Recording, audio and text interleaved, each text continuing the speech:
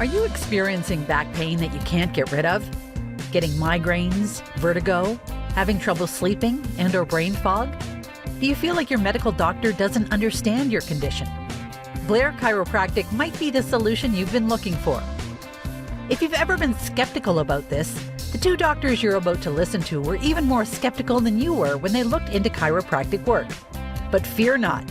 Get expert guidance from the blonde and the bald, Doctors Beth Bagley and Frederick Schurger. These two doctors have extensive experience beyond the healthcare realm and bringing unique vision and healing to their patients. What do you have when you get a biological analyst and an engineer together? Find out right here on another episode of The Blonde and the Bald. Welcome your hosts, Doctors Bagley and Schurger.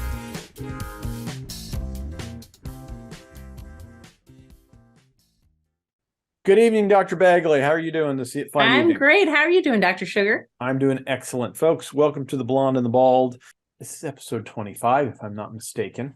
Wow. I know.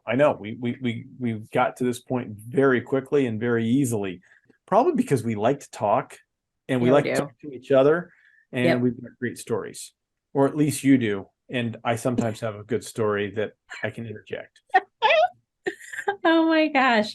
So when we were discussing what we wanted to talk about today, what came to mind is kids and kids under chiropractic care. And a lot of times people are surprised when I have like a baby in the office and they're getting checked, or a toddler or children in the office. Are they just here with their parents? Oh, they get checked too. We get questions like that. And I wanted to bring up like common things that happen to kids that could cause a subluxation or a misalignment in the neck. But let's go back one step. Even before that, I was asked sort of a similar question. I've got a patient he and his wife have 7 kids. 3 are adopted. And he said, how young can we start them? And I'm like, well, let them be born first, and then bring them on over as soon as mom feels like leaving the house. And that's usually, how we like to start, because where is that first trauma? It's oftentimes birth. It's so true. It's so true. I mean, one of the arguments about why men don't give, women have a higher pain tolerance, and, that's why women give birth and not men, because we would be like, what? You want me to have what come out? We want to push out of what? Out of what? Yeah, exactly. I saw a picture of what 10 centimeters dilated is, and I'm just like, It's unbelievable. It's unbelievable what the human body can do. Exactly. When properly aligned. Yes, exactly. So that definitely makes a difference, doesn't it?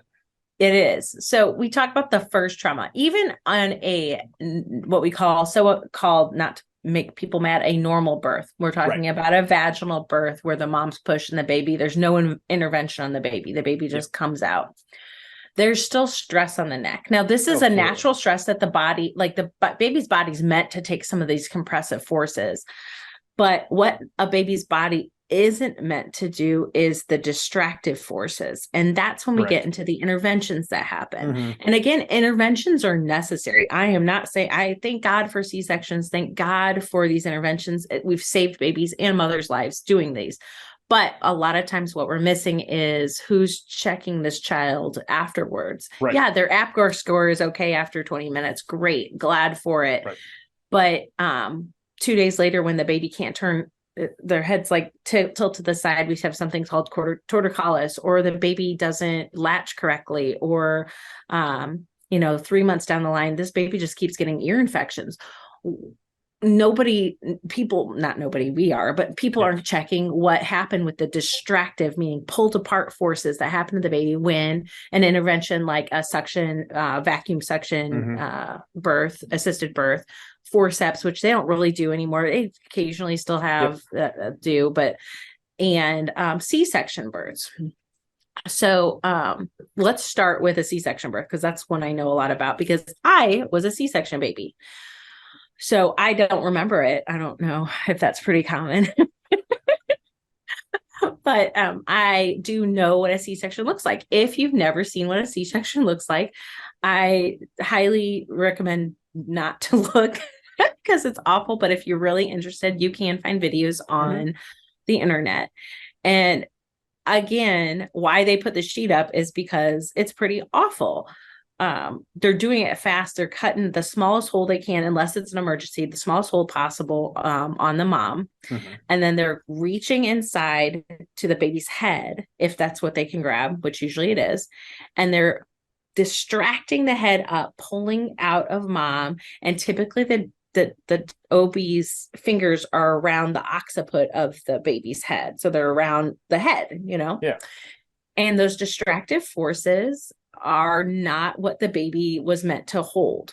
So, and typically they pull the baby out until they can usually get an arm, and then they'll pull by the arm. But sometimes I've seen them where they just pull the whole baby out by their head.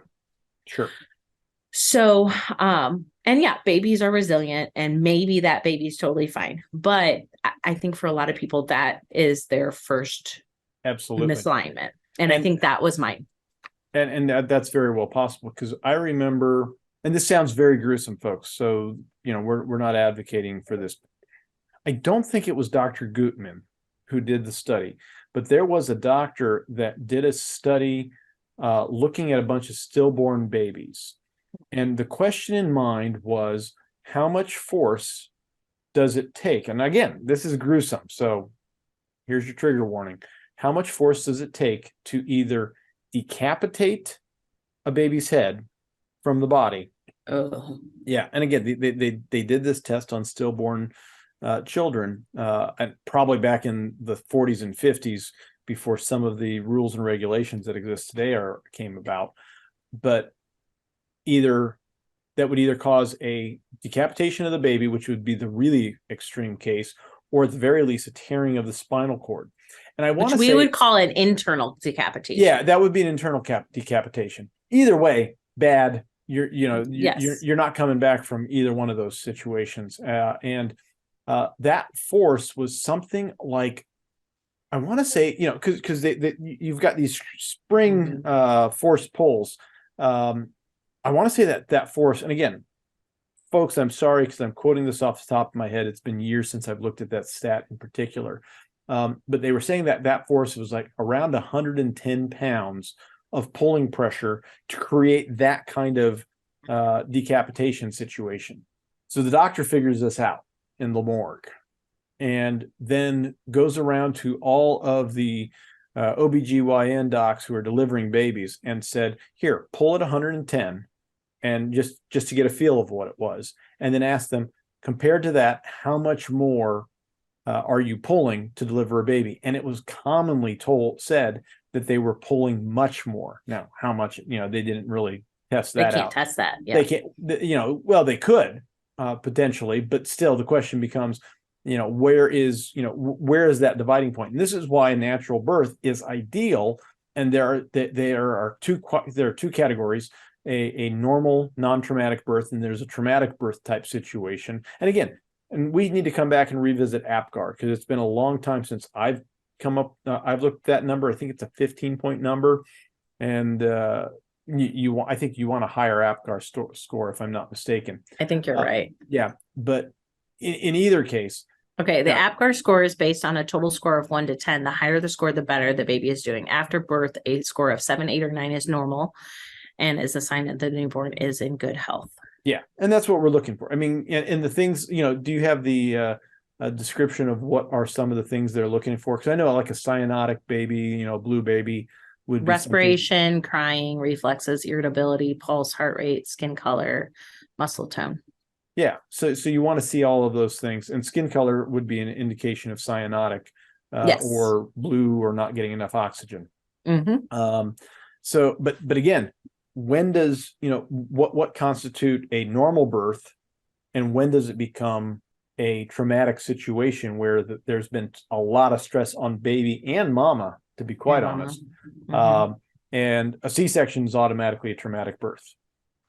And that's one of those ones that this might trigger people too, is because when we use the word normal, just know we're not saying that you're abnormal because you had a C-section. Right. I was born a C-section, and many people, that's that's a route they take, and it's a choice, and sometimes it's not a choice. Yep. And I'm the oldest of my family, and my mom did not want to have a C-section, and I was breech Wow. before I was going to be, the week before. And because, I'm hanging out right here casual because I like gravity. I already knew where gravity was. I didn't want to be upside down. And she walked for the entire week until I turned.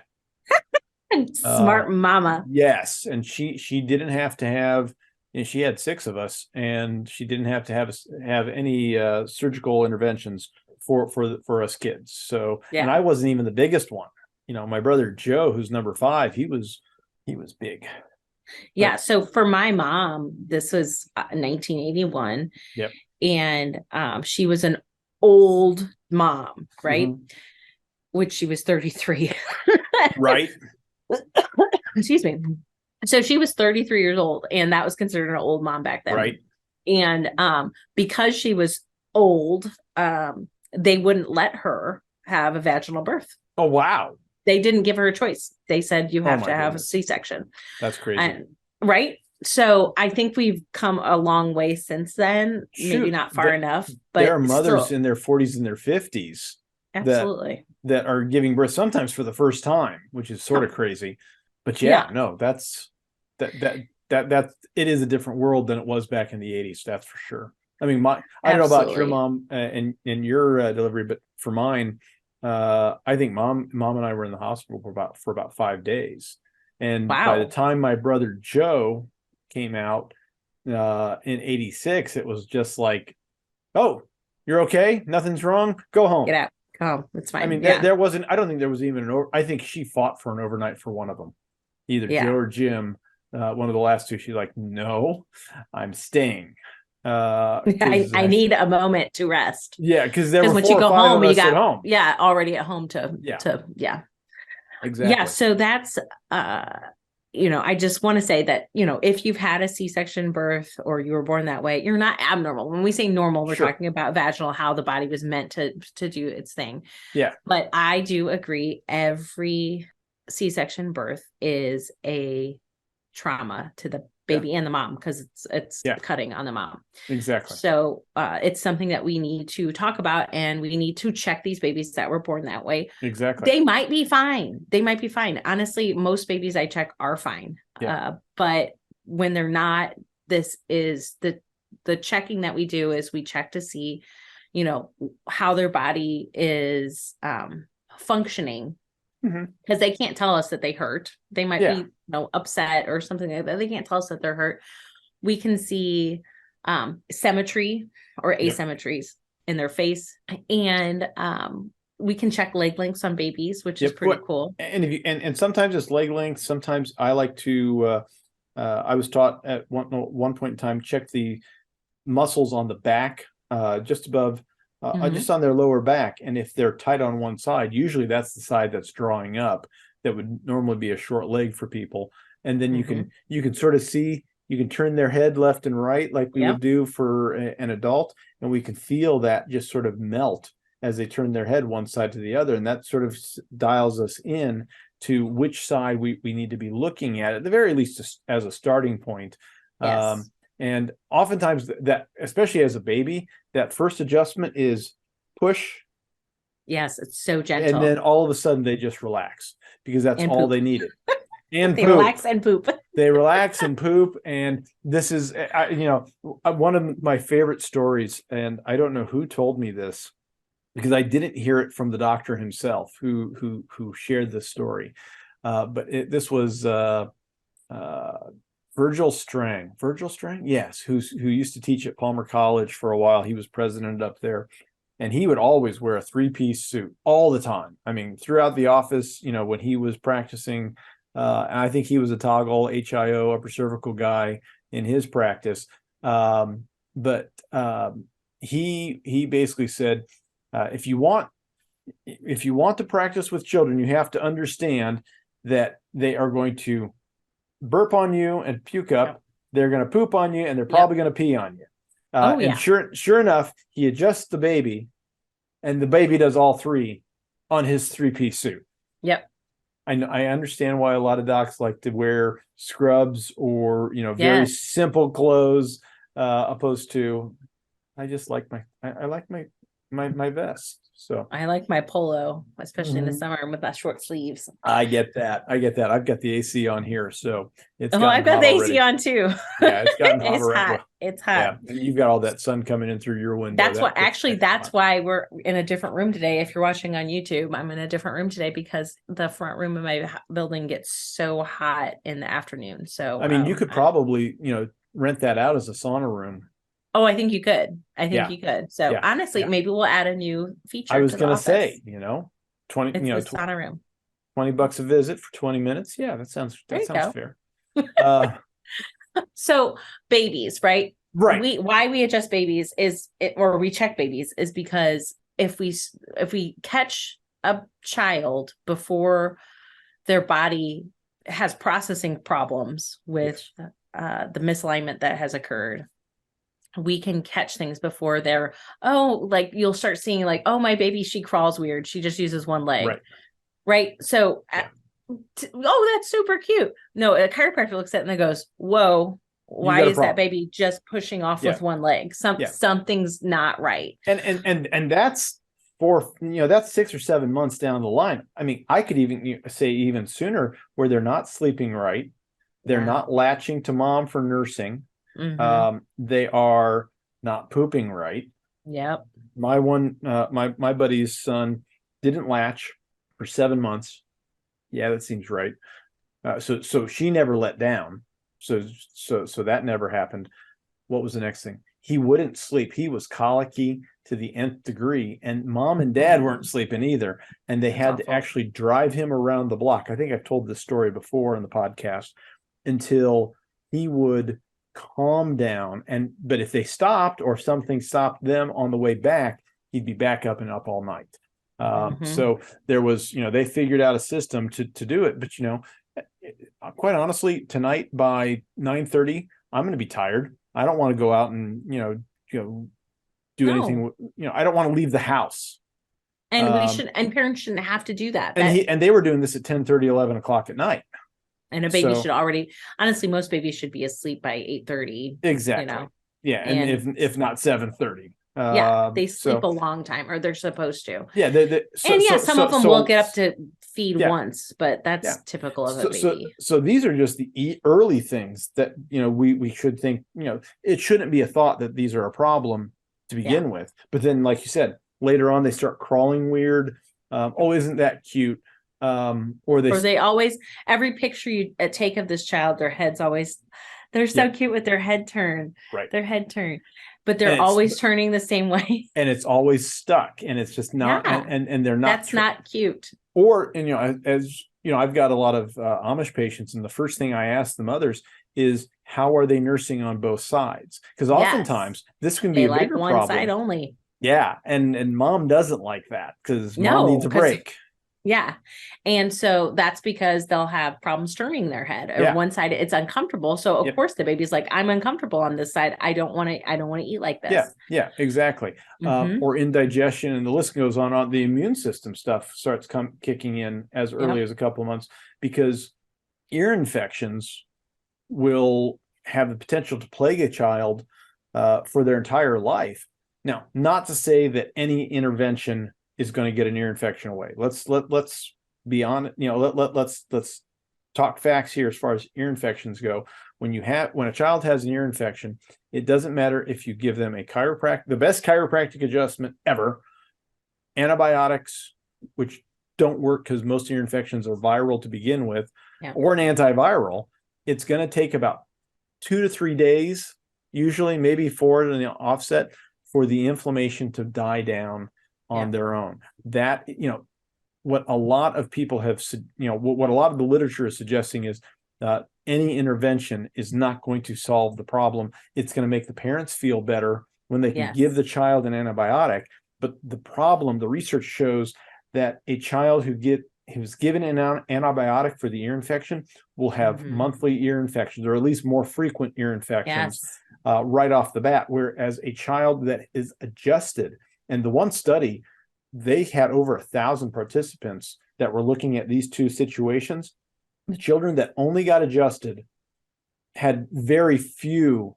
They still had them from time to time. There's still, there's bugs and viruses. Kids get viruses. Kids get ear infections sometimes. Right. But it shouldn't be to the point where, wow, we're considering putting tubes in this child's ears. Exactly. And generally, when they're under good chiropractic care, that starts to reduce significantly. Whereas even the kids who are just under antibiotic care, they tend to have them very frequently. But even the kids who had antibiotics early on and then chiropractic still have a little bit of frequency, because something in that antibiotic has wiped out something, some sort of protective mechanism that would have kept that virus at bay. So it begs questions. It gets back to the hygiene hypothesis as to whether or not there are some bugs in our system that we should be having and trying to proliferate, which is why probiotics are so popular these days.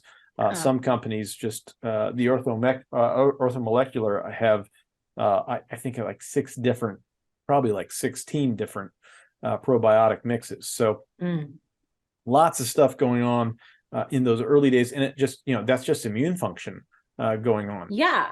So if we fast forward, and I want to get to some older kids stuff, because we could talk about babies for the entire podcast, but let's move forward. Because quite honestly, some people won't realize this until their kids are about 5, 6, 7, 9, 10. And then you start seeing, wow, why can't Johnny sit still? Behavior. In school? Right. Yes. So a lot of times kids won't like, adults will be like, I have back pain, I have neck pain. And again, I'm not like as a chiropractor, absolutely, I help people with back pain and neck pain. I remove a subluxation and then their body can function well and the pain tends to go away. Love that. Great. But kids don't tend to, like, parents will be like, oh, my kid's fine, he doesn't have any pain.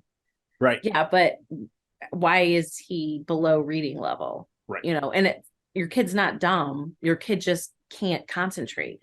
And why can this kid not concentrate? Maybe when he was born, his head was ripped to the side, or maybe some other things have happened. Like, one of the common things that I see in my office is trampoline injuries. Oh my goodness. Yes. Right. So trampolines are super fun, right? Kids love them. And you get two kids going and they smack each other's head, or they hit the side of the trampoline. Or now you have trampoline parks. Yep. Where they do all sorts of stupid things. Yes. And in fact, there was one mother, her son, who's about a year old now, was playing with some of his older cousins. And he's fearless. He was up on the trampoline, and his mom heard about some of the stuff that they were doing, because he's like 1 and they're 4 or 5. Yeah. And they're getting him to bounce higher. And mom's like, no, I don't think you're going to be allowed to play trampoline with the boys anymore, because without me there, because there's a certain point where, yes, you will find ways to go over that fence. Yes. And if there is one. So there's all sorts of problems. I mean, like I said, they're lots of fun. I'm not eager to try to hop on a trampoline anytime soon. So no. And as adults, like, our bodies just can't handle that. And kids are resilient. They're fabulous. And some kid could smack another kid's head and be totally fine. But another kid, just because of how they're made, their genetics, the way they hit the exact wrong place at the exact wrong time with the exact wrong head tilt, and whoop, now we have a structural shift. And that kid kind of feels like, whoa, maybe cries, right? And then, rub some dirt in it. They're fine. Well, but maybe they're not. And so this is where we get is kids can have injuries that can cause problems later in life, even if they don't have pain right now. And we have to remember that the size of a child's head is like what? It's like 75% of what the adult head will be. It's a big old melon head. It is a big old melon. And their body has not gone into the full adult size yet. No, so it's a watermelon on a stick. It is a watermelon on a stick. So if they're going to have some sort of trauma to the head or even to the body, it can potentially cause a pseudo whiplash that is going to cause all sorts of other problems. In fact, I've seen, I'm just thinking off the top of my head, I know one boy, when he came in, he was about 7 now, or he was 7 then. He's in his 20s now.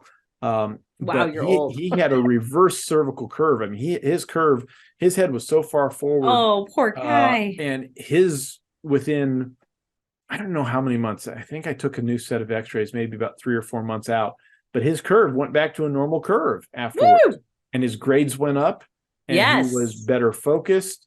I mean, he's a boy. Let's be honest. I heard something. Boys are never going to be super focused like that. That's not how young men are made, is to sit still. They're not meant to sit still. So I'm not. Yeah. One of the arguments about the modern school is it's really well suited for young ladies and not for young men. It's just a different paradigm shift, and it's just there are different needs. So we start seeing things, and I had another young boy who was big. And this is the other thing we have to remember, what constitutes traumatic birth? Long birth. Anything past 4 to 6 hours is a long birth. That's a lot of pushing on a baby. A petite mother with a big baby. Yeah. That's also going to be rough, because, you got to, again, you're pushing a melon out. And then you don't notice it until several years later. And, the one boy who I adjusted, the next day, mom kept him home because he still wasn't feeling great. But he says, "Mom, why aren't the letters blurry anymore?" Because his adjustment helped his eyes get worked back to where it's supposed to be, so that they were reading together. So all of, there are so many weird little things that can go on that just make childhood miserable. And they don't have the words to express it yet. Exactly. They don't understand what they don't. If they've always saw double, right? Right. Or something like that. Yeah, it's normal. That's normal for them. Yeah. Yeah. If this looked orange, for those of you who are watching, this is a blue pen. But if this looked orange to you your entire life, you'd have a hard time believing that this was anything but orange, or you'd start thinking that everything that is orange looks this color, until, something got reclassified in your brain. So your entire experience of the world, as your neurons are forming and creating your body, happens. We lose more neurons in the first 4 years of life than we end up keeping long term. And your body is trying to utilize all of this stuff, and it's setting up your entire body, and your body's able to function, so that you can be a strong contributor to society, and people like being around you. And you survive childhood, because if problems like this don't get checked and addressed, they're not going to, certainly by chiropractic, they're going to get addressed in other fashions. Unfortunately. And it's going to be some sort of medication. What's the common number of medications given to an adult today? I don't even know. I mean, I haven't looked at the statistics lately. In the we'll add in the United States, because in the US definitely.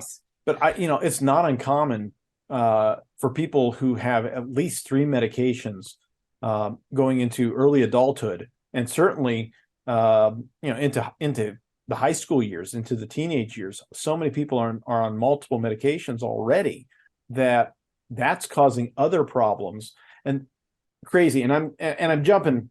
I'm basically trying to create a path of early childhood into adulthood, because I heard a statistic this week that suggested that young men are at a significantly high level of contemplating suicide, if not having it, but that they aren't able to make connections with friends. And I don't know I can't say what particular thing is causing that, but I'm going to be honest, their medications are not helping that. No. So, okay, I'm going to look at, this is under 18, almost 25% of people under 18 are on a medication. Last statistic goes through 2018. That's been pretty, it's a little bit under 25%, but that's been pretty. Is that one or is that multiple? It doesn't give us it's just on a prescription drug. Right. on this, I'm sure there's other ones, the stats. Right. And then if we go 18 to 44, up, it looks around 30%. And then 45 to 64, we're at 50s, 60s, like 70%. Right. And then 65 plus, we're in the 80s. Yeah. That's of percentage of people that are on at least one prescription drug. Right. And the question in that under 18 group is how many of that group, I would think birth control would be considered part of that. I think so. And the question is, well, birth control is considered a prescription drug first. Yes. Second, how many of those people don't report birth control as a prescription drug in that age category? That's true too. So, again, who's reporting this statistic? Is it the people who are looking at the medications directly? And some of these, I'm looking like asthma medications. Right. And that's another thing, is asthma can be related to a structural shift in the spine too. Exactly. So yeah, again, the point of this conversation in general is why do we want to check kids when there's seemingly nothing going on with them? Right. And the reason I have a passion for it is because, yeah, I'll check like this month, it's June. I know when this comes out, it'll be later in the summer, but we call this Kids Month. So kids just get out of school, and we promote that we will check kids for free this month. Now, what that means is if a kid hasn't come in before, or if they have, we do a leg length check, we do a scan up the back of their neck, and we tell the parent, yes, I see something going on, or no, I don't see anything going on. And out of the kids that have never started chiropractic care, I would say the majority of them I check are okay. And I'll be like, this is right, let's check them in a year again. This kid does not need an adjustment. Kid looks good. But 1 or 2 out of like 6 that I check has a huge structural shift, and the parent has no idea. And I show the parent the leg links. I show the parent the scan, and I say, I'm so glad you let me check your child today, because this is where they're at, and this is where they're going to, and we can intervene right now and make an impact. And honestly, like, unlike adults, because we're all broken for many years, kids don't need as much care as an adult. No, I might only need to adjust them a couple times in the first couple months. And I love that. Yeah. And so that's why I'm so passionate, because if we check them now, they won't have to suffer like I suffered. Yeah, exactly. And you suffered, and I want that for them. I mean, shoot, the one I didn't bring up was bedwetting.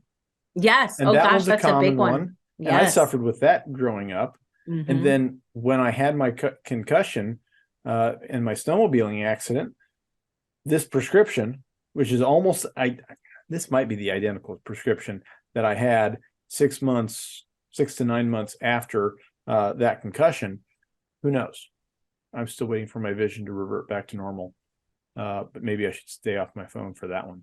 This is, again, and I agree, with adults, a couple times a week, just to make sure they're working right. With kids, we need to check them once a month sometimes, unless there's something wrong, unless there's something more neurologically significant, the asthma kids, the seizure kids. Yes. But I was just, that just reminds me, I'm going to say this just in case somebody's listening and they're like, what about this? It was called paroxysmal fever disorder. Is that what it is? That rings a bell. So it was this kid who would just get these random fevers. He's probably in high school or even college now, but he would not be sick. Like, there would be absolutely no virus or anything, but he would just get this giant fever. And the only way he would get out of it is to start taking prednisone. And so somewhere on the internet, someone posted something about how their kid was helped with an upper cervical doctor. So she found me. This was years ago. And the kid went from being out of school 2 or 3 times a month with this happening and in the hospital sometimes, to no more, the fever's one adjustment. This kid stopped having that. And then, so we kept checking him, and he was holding. And I was finally, I was like, okay. You're doing good. We're doing good. I was like, maybe in 6 months, let's check him again. Or if we notice symptoms coming back. So, and to this day, like, I think I've been in this location 5 years, and I think he's come in once or twice just to get checked. And he holds his adjustment really well, which is awesome. But that's the cool part about it is where would he have been if his mom wouldn't have done that research? So, and I remember I had a young man, I think his dad, I think it's called periodic fever syndrome, by the way, just saying that out loud again. Sure. But I had a young man bring his son in who was probably 2 or 3, and the son couldn't play outside. You know, can you imagine being 2 or 3 years old and not being allowed to play outside? Because if you get too hot, you're going to break down in a seizure. And I adjusted this boy, and he didn't have any problems, especially as it got hot about 3 weeks later. He had no problems playing outside in the sun. Yeah. Didn't have the seizures anymore. I checked up with Dad maybe about 5 years later. We'd lost contact along the way. They moved out of the area for a bit. And I checked up with Dad, and he said, yeah, haven't had a problem since. Thanks. Yeah. So, there's more going on than just saying, oh, they're not sick. No, losing childhoods, losing years. And this is something that we all have to realize as we come out of 2020 and everything that's been going on the past couple of years. Children have lost time. They have significantly lost time. Just period. There's some developmental stuff that's going to be weird over the next years. My brother was telling me about his kindergarten class, and they were just all bad. And you sit with any individual one, they're going to be fine. But as a whole, they were all bad. I mean, he couldn't, he had a hard time with them because their paradigm and what they understand about how to interact with the world is weird. And how much of that is, certainly some of that is just, the nature of the lockdowns and the masks and that kind of stuff. But how much of it is other health issues that are going on that, or just the chronic stress of absolutely what was happening, especially in the beginning of 2020, is the kids felt it too. Us adults, we tried to keep our kids safe from that feeling, that stress, but that it went right into them.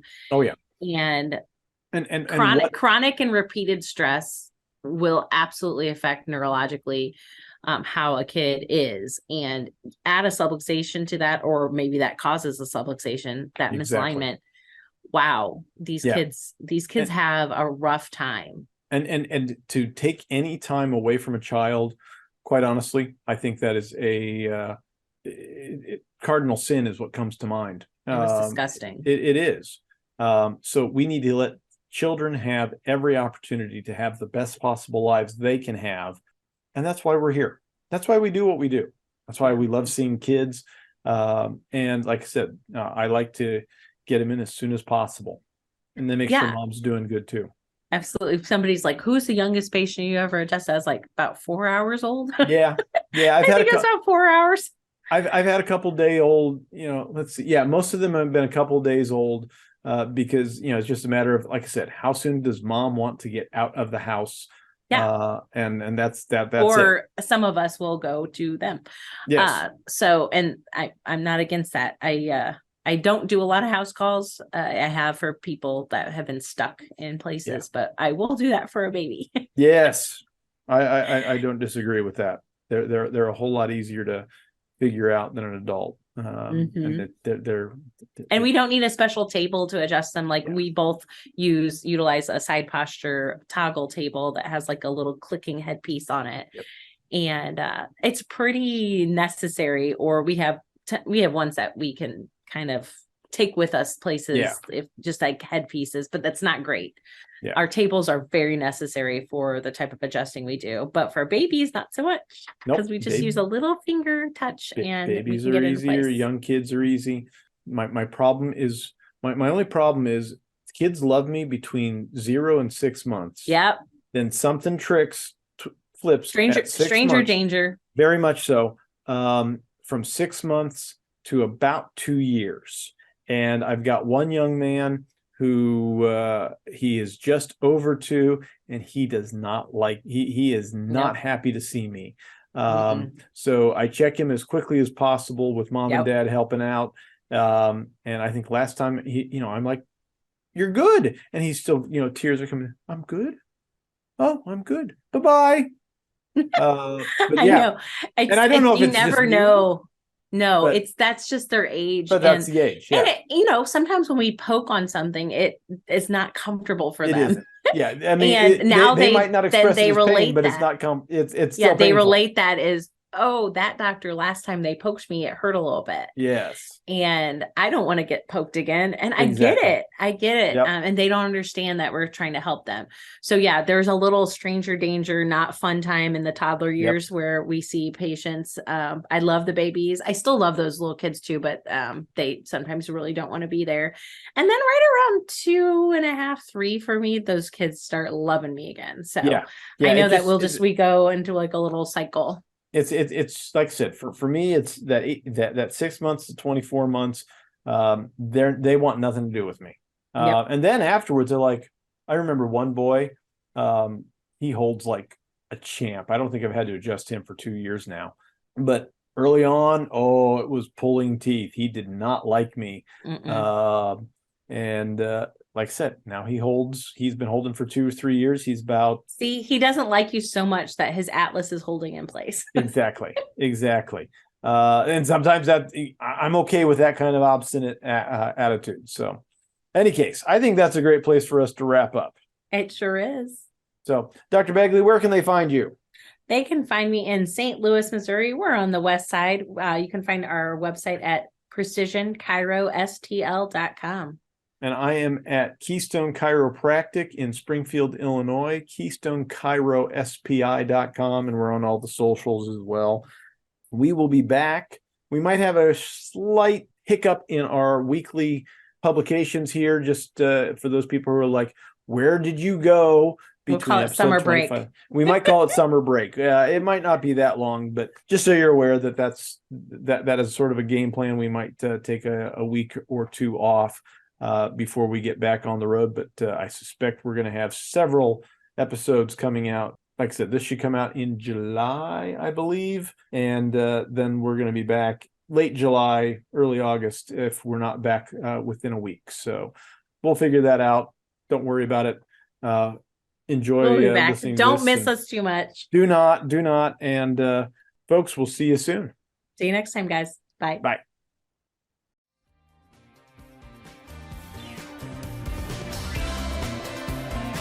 That's all for today's episode of The Blonde and the Bald. Don't forget to like, share, and subscribe. If you enjoyed today's show with Drs. Bagley and Schurger, remember, don't give up and just live with the pain. Come back next week and get more answers and solutions. Visit our websites at KeystoneChiroSPI.com and PrecisionChiropracticSTL.com for more info, and catch all the episodes of The Blonde and the Bald.